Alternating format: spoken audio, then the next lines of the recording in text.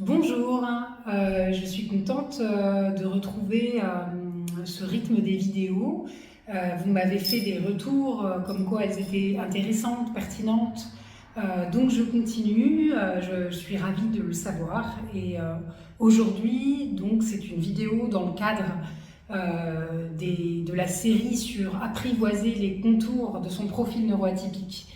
Je voulais vous parler aujourd'hui notamment de la théorie polyvagale de Stéphane Porges, qui est une théorie dont on parle, je trouve, beaucoup en ce moment, du nerf vague, de la théorie polyvagale, et notamment faire le lien entre cette théorie et la neurodiversité, et le lien entre trauma et neurodiversité, en tout cas tel que moi je le perçois. Ce n'est que mon point de vue.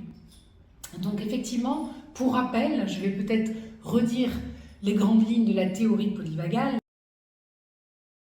La théorie polyvagale, c'est cette approche du système nerveux, donc le système nerveux autonome, le sympathique et le parasympathique, sachant que le sympathique, c'est le fait d'être dans l'action, tandis que le parasympathique, c'est le repos. Un système nerveux dérégulé, par définition, c'est un système où on va être dans un système nerveux sympathique hyperactivé, en mode combat ou fuite, donc en grande insécurité, ou dans un système nerveux autonome parasympathique qui va être dans un dorsal, c'est-à-dire dans quelque chose qui s'approche du figement, de la paralysie, d'un état très oppressé. Ça, c'est le système nerveux qui va être dérégulé, qui va être blessé. Tandis que le système nerveux qui va être régulé, c'est le fait de pouvoir passer de l'un à l'autre, donc de l'action au repos, puis du repos vers l'action, de manière harmonieuse, de façon consciente, à l'écoute de ses sensations, à l'écoute de ses émotions, dans un abandon à la vie, dans quelque chose d'harmonieux. Mais quand on s'intéresse un peu à la littérature, on se rend compte que au niveau des statistiques, un grand nombre d'êtres humains sont concernés par des systèmes nerveux dérégulés.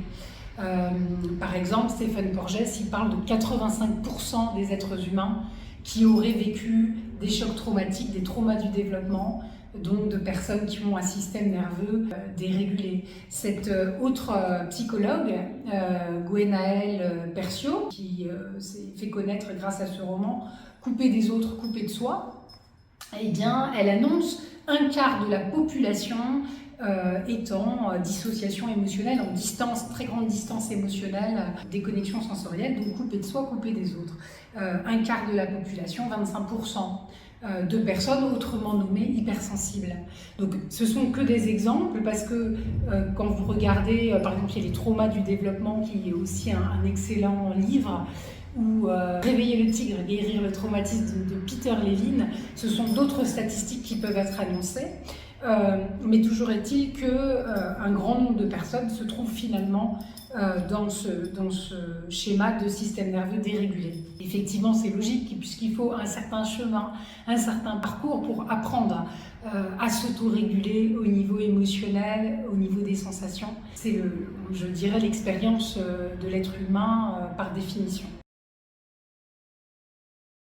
Alors, pourquoi je fais le lien entre neurodiversité et trauma? Parce qu'un trauma du développement à un âge précoce va générer une déconnexion sensorielle, une disjonction du cerveau, parce que le trauma est tellement insupportable, l'émotion est tellement insupportable, la situation, que la conscience, plutôt que d'être submergée, va faire le choix, il va y avoir un isolement total de l'émotion au moment où les faits se produisent, et pour que la personne puisse continuer à survivre, à être en mode survie. Ça génère une déconnexion sensorielle, c'est-à-dire que la personne, pour survivre, va se couper de ses émotions. C'est notamment un système d'attachement qu'on appelle un système d'attachement évitant, on appelle ça aussi comme ça. Les personnes qui mettent une distance émotionnelle très très forte avec les autres et qui elles-mêmes ne s'autorisent pas à ressentir les émotions, à les accueillir parce que c'est vécu comme trop dangereux. Donc ce qui est choisi, c'est le repli sur soi, c'est ce qui peut donner une anxiété majorée. Donc les personnes qui ont une anxiété extrêmement forte peuvent également se reconnaître ce type de profil-là.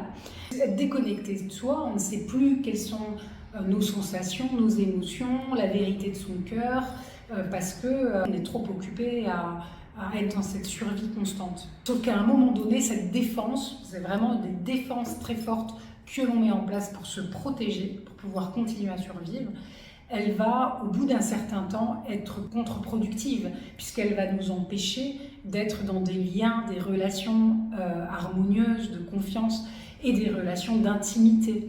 Voilà, parce que ça va être encore jugé trop insécurisant. Donc là, je mets le mot sur le terme clé, c'est l'insécurité et la sécurité.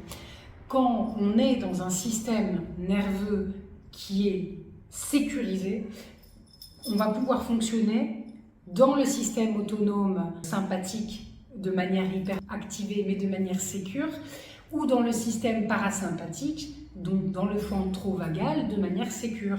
Qu'est-ce que je veux dire par là? Donc c'est tout un chemin que j'ai déjà expliqué dans les autres vidéos, mais sur lequel je peux revenir.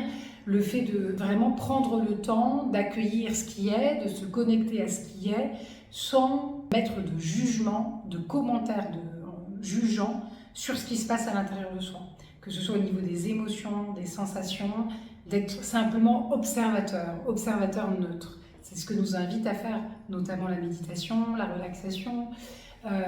C'est tout un travail. Et quand on arrive à désactiver également le juge intérieur, la voix hyper exigeante à l'intérieur de soi, ou des voix négatives qui vont être plutôt dans quelque chose de critique vis-à-vis de soi-même, eh bien, on peut approcher de cette sécurité en étant dans quelque chose de neutre. On est dans un accueil neutre de ce qui se passe, une observation de ce qui se passe dans son corps. Pourquoi je fais le lien entre neurodiversité et trauma? Parce que le fait de mettre en place des défenses, cette distance émotionnelle, c'est quelque chose qui nous empêche de communiquer. Le fait d'être vraiment dans son corps, en sécurité, vraiment ancré dans son corps, qui nous permet de nous connecter aux autres et à nous-mêmes. C'est vraiment indispensable. C'est ça qui nous permet de bien communiquer. Avant de parvenir à cet état sécure dans son corps, c'est un chemin donc, il peut y avoir vraiment des traits autistiques, dans le sens où on va avoir du mal à regarder les personnes dans les yeux, on peut avoir du mal à regarder les personnes dans les yeux, on va être dans quelque chose, dans un regard qui balaye un peu le ras du sol, voilà, l'autre est perçu comme un potentiel danger, donc il y a cet évitement, c'est ce type d'attachement évitant dont je parlais tout à l'heure, on va être dans ce mode fuite, donc évitant, j'évite le conflit, je ne suis pas dans mes jambes, je ne suis pas dans mon corps, donc je ne peux pas me permettre d'être en conflit, d'affirmer ma colère, d'affirmer de manière forte ce qui est juste pour moi, mes valeurs. Non, je vais plutôt être dans la fuite, dans quelque chose qui est très agi par la peur. Donc la sécurité dans le corps est primordiale, c'est vraiment l'incontournable pour arriver petit à petit à communiquer de nouveau de manière sécure et avec les autres, avec soi, etc. Quand on est dissocié, on n'est pas dans son corps, évidemment qu'on a beaucoup de mal à communiquer, c'est évident. Ça va accentuer le risque de burn-out parce que la personne ne connaît pas ses limites, ne connaît pas les limites de son corps. Voilà, donc c'est toujours ce lien avec l'autisme, hein, les personnes qui ont un diagnostic autisme, voilà, les enfants avec autisme, il y a vraiment un besoin d'intégrer le schéma corporel, de sentir les limites de son corps. Sinon, il va y avoir une recherche de sensations, peut-être hyposensibilité vestibulaire par exemple, avec des recherches de balancement, des recherches de stimulation intense pour trouver son axe intérieur.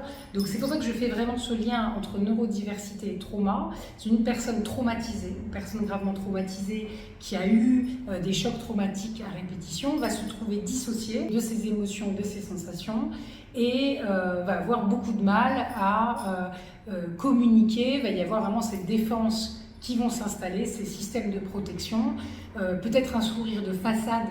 Peut-être vous connaissez ça, le fait d'avoir un sourire qui vient protéger la personne de cette connexion possible avec l'autre. Voilà, tout ça c'est des systèmes d'attachement évitant, système sympathique en mode fuite. Que l'on soit neuroatypique ou neurotypique, on est tous concernés par cet enjeu d'apprendre à se réguler par soi-même, à s'auto-réguler, se co-réguler, effectivement, ce qui suppose d'intégrer dans son corps et dans sa tête et dans sa conscience que l'autre n'est pas un danger, c'est un incontournable, ce qui n'est pas simple, hein. J'en avais déjà parlé dans une autre vidéo, mais une fois qu'on a pu passer cette étape-là, la co-régulation est possible, l'autorégulation est possible, et donc c'est un enjeu pour tout le monde, que l'on se considère neuroatypique avec un diagnostic établi ou pas de diagnostic, mais avec une hypersensibilité émotionnelle dont on parle beaucoup, qui pourrait concerner 20% de la population, eh bien, il y a cet enjeu d'apprendre à se réguler et à réguler son système nerveux par soi-même. Alors, ce système nerveux autonome hyperactivé, qui est dans le mode action, certains appellent ça le sympathique agressif. Moi, ce n'est pas forcément un mot que j'utilise pour moi, mais certains thérapeutes utilisent ce terme-là. Et donc, il faut comprendre que c'est ce profil hyper exigeant, qui met la barre extrêmement haut, qui n'est jamais satisfait, qui se dit qu'il y a toujours à mieux faire. Et donc, ça alimente ces voix négatives vis-à-vis de soi, qui ne sont jamais satisfaites de ce qui se fait. Donc, on ne peut pas se détendre, évidemment. Il y a une surexigence. Et c'est ça qui engendre le risque de burn-out. Ça engendre le risque de burn-out parce qu'il y a une pression qui est trop grande, qui est démesurée par rapport à ce qui est. Parce que la vie, elle nous demande juste de vivre et de s'abandonner à elle, enfin, le processus de vie. Il n'y a pas de but à atteindre autre que celui que d'être connecté à soi, connecté aux autres, et après, de fait, mieux cibler ce qui nous appelle, ce qu'on a envie de mettre en œuvre comme projet. Tant qu'il y a cette hyper-exigence, cet état de guerre, il ne nous lâche pas. Pour en revenir à ce que je voulais vous partager dans le cadre de cette vidéo, c'est du système nerveux hyperactivé quand il est donc en mode, quand il est sympathique. C'est le fait d'être toujours dans l'action. Et donc, je rapprocherais ça, pour vous donner des images, à cet état de guerre intérieure où on est en mode guerre, c'est-à-dire, ça y est, il y a ça à faire, il y a ça à faire, il y a ça à faire, et puis après ça, il y a ça à faire, et puis il faut appeler un tel, et puis il y a telle démarche à faire, et donc on ne se laisse jamais au repos, parce qu'il y a ce stress constant qui est dans le corps, qui est généré, une adrénaline constante dans le corps, qui fait qu'il y a besoin d'agir en permanence. Et la détente est très difficilement contactable. Ce type de profil, quand je disais qu'on ne connaît pas ses limites, on ne connaît pas ses besoins, pour parler de moi, il faut que je sois attentive, vraiment que je fasse un effort de conscience pour rebasculer dans le parasympathique pour sentir la soif. J'ai tellement été peu attentive à mes besoins que mon corps peut avoir soif sans que je le sente, sans que je ressente. Ah mais attention, il faut que je boive, je ne la sens pas. En fait, donc je peux passer des journées entières sans boire, à être dans ce stress, à agir sous l'effet du stress, parce que mon corps connaît très très bien, c'est quelque chose, c'est sa zone de familiarité. Il y a besoin à un moment donné d'être dans le parasympathique pour se dire il n'y a pas d'urgence, pour sentir dans le corps qu'il n'y a pas d'urgence. Et quand il y a cette reconnexion au parasympathique dans le ventrovagal, et donc par une attention, la conscience qui se pose là-dessus, que la soif, enfin le besoin de boire peut, tout d'un coup je me dis, ah ben en fait j'ai soif. Donc c'est pour dire à quel point le fait de ne pas sentir ses besoins, de ne pas sentir ses limites, c'est encore une fois corporel.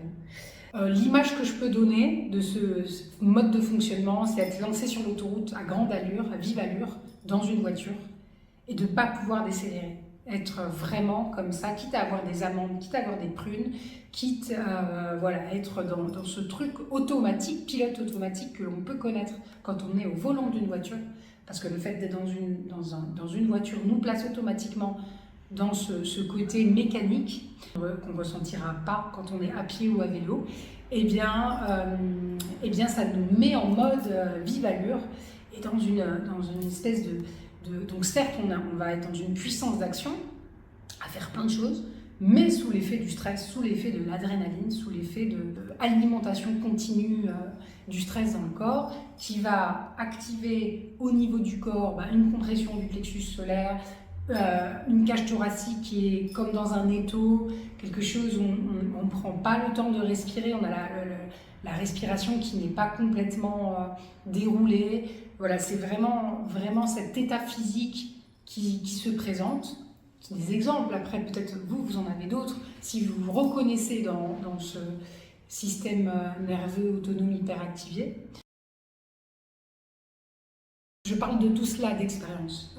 Moi-même, j'ai été gravement traumatisée à des âges différents et ça a engendré chez moi une déconnexion sensorielle à un moment donné tellement forte qu'il a fallu vraiment réapprendre donc tout ce chemin que je partage à travers ces vidéos. Moi, ma façon de fonctionner a longtemps été le fait d'avoir un système nerveux autonome hyperactivé, c'est-à-dire en mode combat. C'est-à-dire que l'évitement, la fuite, bien sûr, faisait partie du schéma, mais il y avait aussi le mode combat, c'est-à-dire le fait d'agir sous l'effet du stress. Donc j'ai tellement été conditionnée, mon corps a tellement appris à agir sous l'effet du stress, que je me suis mis à beaucoup agir, sans ne plus savoir fonctionner autrement. C'est-à-dire être toujours dans le faire quelque chose, tout le temps.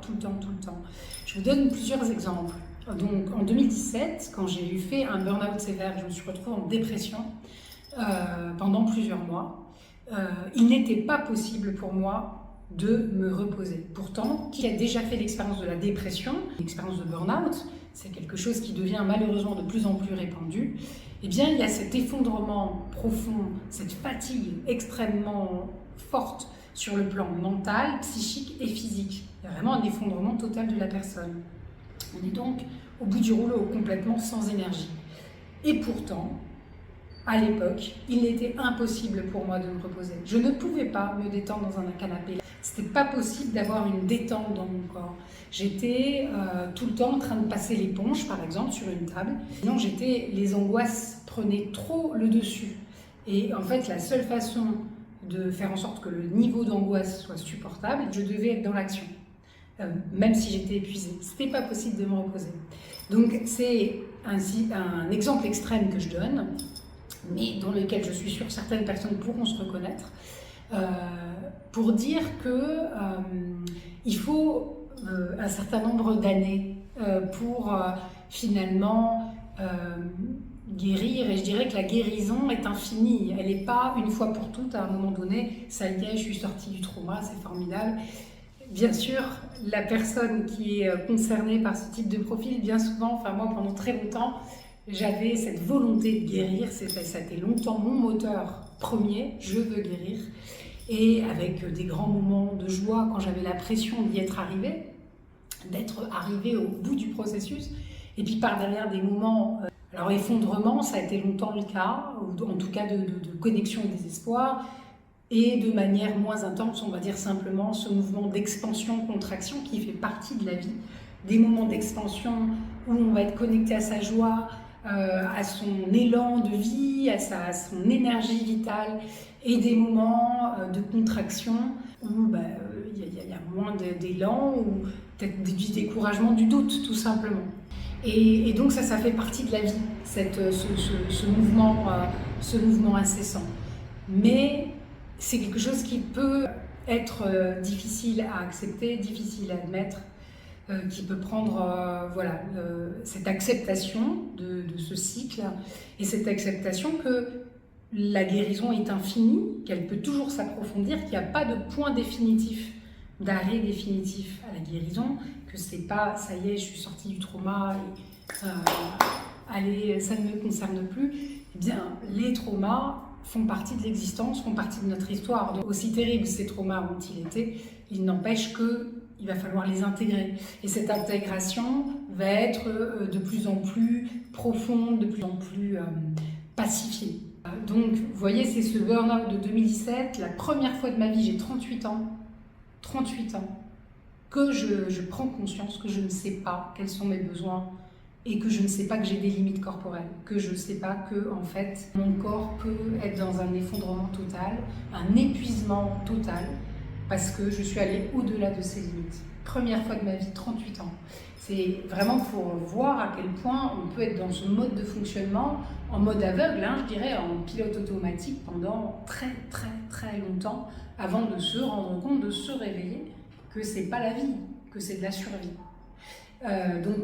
Après, chaque parcours de vie est unique, il n'y a pas de comparaison à faire entre les êtres humains. Chaque parcours a une raison, voilà. Donc c'est important d'accueillir ça avec beaucoup d'humilité, de compassion, encore une fois, de mettre de l'amour, parce que c'est que comme ça qu'on peut aller vers quelque chose de beaucoup plus doux, pour soi et pour les autres. Donc tout ça, ce mode de fonctionnement s'accompagne d'une anxiété extrêmement forte qu'on n'arrive pas à minorer. Voilà, une anxiété parce qu'on a besoin de tout contrôler. Voilà, il y a une tellement grande peur de tout qu'on a besoin de tout contrôler, et c'est pour ça qu'on est dans ce système-là. Je vous ai donné donc l'exemple de 2017. En 2022, donc pour la première fois l'été 2022, donc c'est que somme toute assez récent, eh bien j'ai pu approfondir ce que c'était véritablement le lâcher-prise dans le corps. On en parle beaucoup du lâcher-prise, on peut trouver des livres, 12 clés pour lâcher-prise dans les librairies, on peut en entendre parler, mais le vivre pour de vrai, lâcher l'état de guerre intérieur pour être vraiment dans l'acceptation, la détente, la connexion à ce qui se passe autour de nous, l'émerveillement et l'accueil de la vie telle qu'elle se présente. C'est encore une fois un chemin, ça ne se décide pas, ce n'est pas une décision mentale, ce n'est pas intellectuel, je vais lâcher prise. On peut se dire ça, mais ce n'est pas si simple, ce n'est pas la réalité. La réalité se passe dans le corps, je ramène toujours au corps. Donc moi j'ai fait l'expérience du lâcher prise dans le corps pour la première fois en 2022, l'été 2022. C'était à l'occasion d'une retraite dans la nature, où vraiment en vivant un moment très fort en lien avec la mer en Bretagne, eh bien j'ai vraiment senti les résistances corporelles, donc encore une fois, qui lâchaient. Et donc ça s'est accompagné de sanglots, d'émotions vraiment importantes qui ont accompagné ce processus d'abandon, de confiance en la vie. Et il y a eu une autre fois en thérapie où j'ai pu faire cette autre expérience du lâcher-prise dans le corps, et j'ai bien vu à quel point c'était difficile et douloureux pour mon corps. C'était vraiment un lâcher des résistances, mais c'est millimètre par millimètre. Donc je témoigne de tout ça, parce que c'est vraiment pour reparler de l'importance du corps, parce que je pense qu'on est très nombreux dans cette société à être concernés par ce côté je fais, le mode action, le système nerveux autonome, hyper activé en permanence. Et j'ai envie de dire, le stress est une drogue, c'est-à-dire que le corps est tellement habitué à cette adrénaline qui s'infuse en permanence, voilà, dans les épaules, dans le dos, dans la façon qu'on a de respirer au niveau de la cage thoracique, dans l'ensemble du corps, que, en fait, encore une fois, ce n'est pas une décision mentale. On ne peut pas dire « Ah ben j'ai envie de connecter à mon système nerveux parasympathique ». Non, encore une fois, c'est vraiment quelque chose qui va pouvoir se faire, ce passage du sympathique au parasympathique, grâce à la conscience, grâce à l'attention qu'on va porter sur nos sensations, sur nos émotions, à la compassion, connecter à la compassion pour soi, pour ses traumas. Donc c'est toute une démarche d'amour envers soi-même, toute une démarche de lâcher prise très progressif qui va permettre d'aller très progressivement d'un système nerveux dérégulé vers un système nerveux régulé.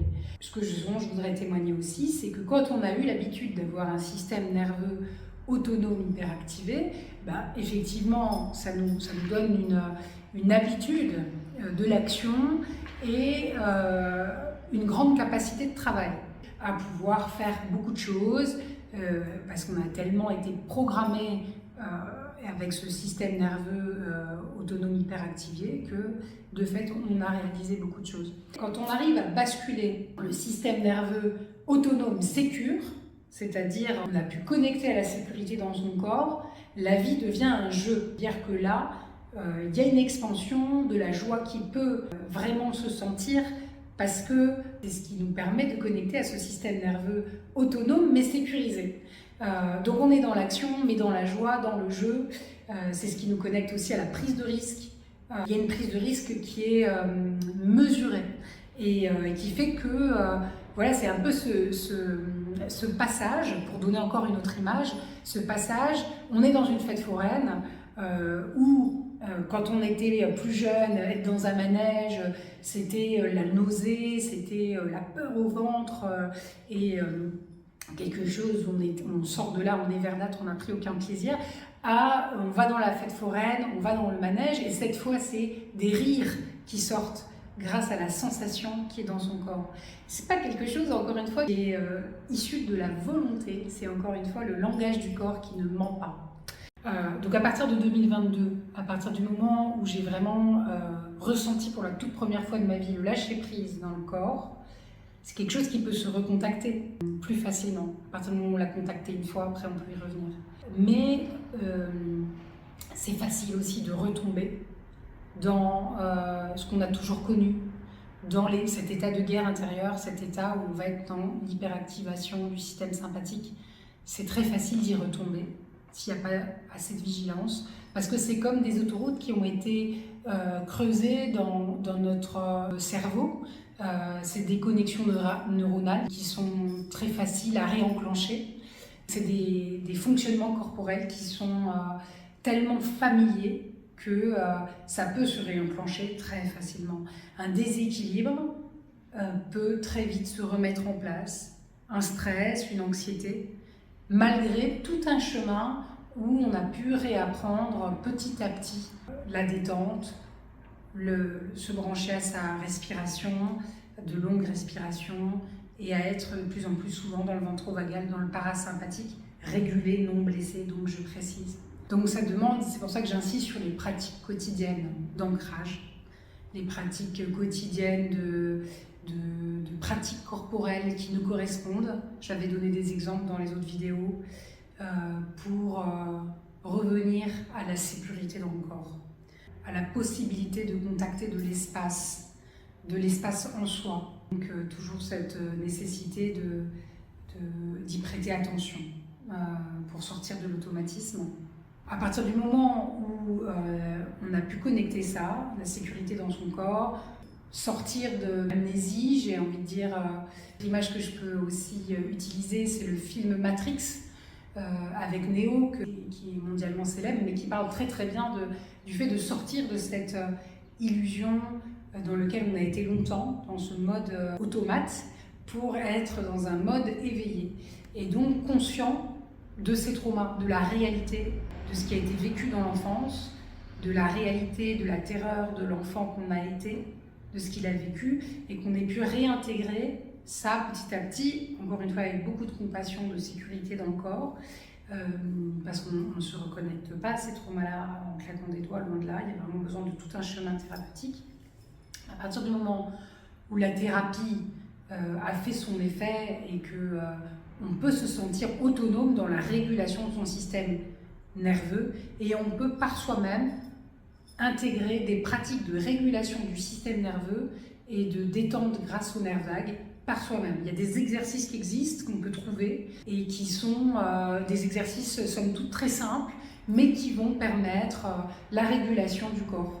Voilà, avec des tremblements qui vont se remettre en place, qui peuvent s'éprouver au niveau des jambes par exemple, ou au niveau de la cage thoracique.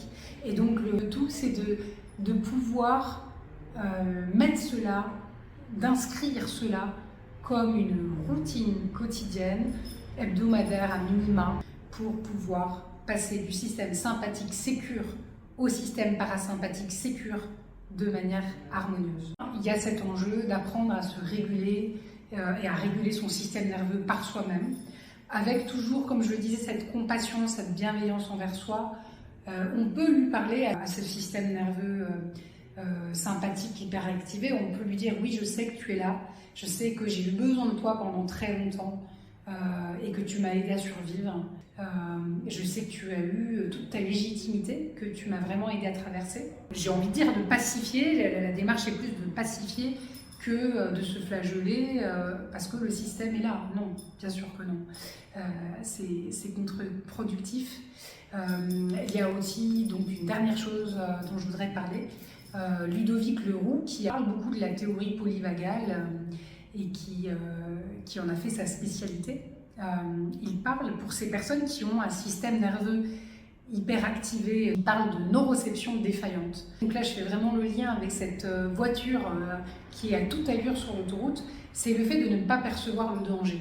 On est tellement dans un mode action continue que la vue elle-même peut être biaisée, c'est-à-dire on peut peut-être avoir une vue qui n'est pas assez élargie, en tout cas qui ne perçoit pas le danger, et qui donc se lance, voilà, comme quelqu'un qui prendrait une tyrolienne, qui s'élancerait dans le vide en mode IA, en criant, mais qui finalement ne se rendrait pas compte qu'elle fonce dans le décor, qu'elle est allée trop vite, qu'elle n'a pas pris le temps de décélérer. Elle a cru que c'était bon, alors qu'en fait ça ne l'était pas. Elle n'a pas pris assez le temps de se connecter à ses sensations, à ses ressentis. Peut-être que si elle l'avait fait, elle aurait senti que ce n'était pas juste pour elle et pour son corps de s'élancer comme ça dans le vide. J'espère que cette vidéo vous a parlé.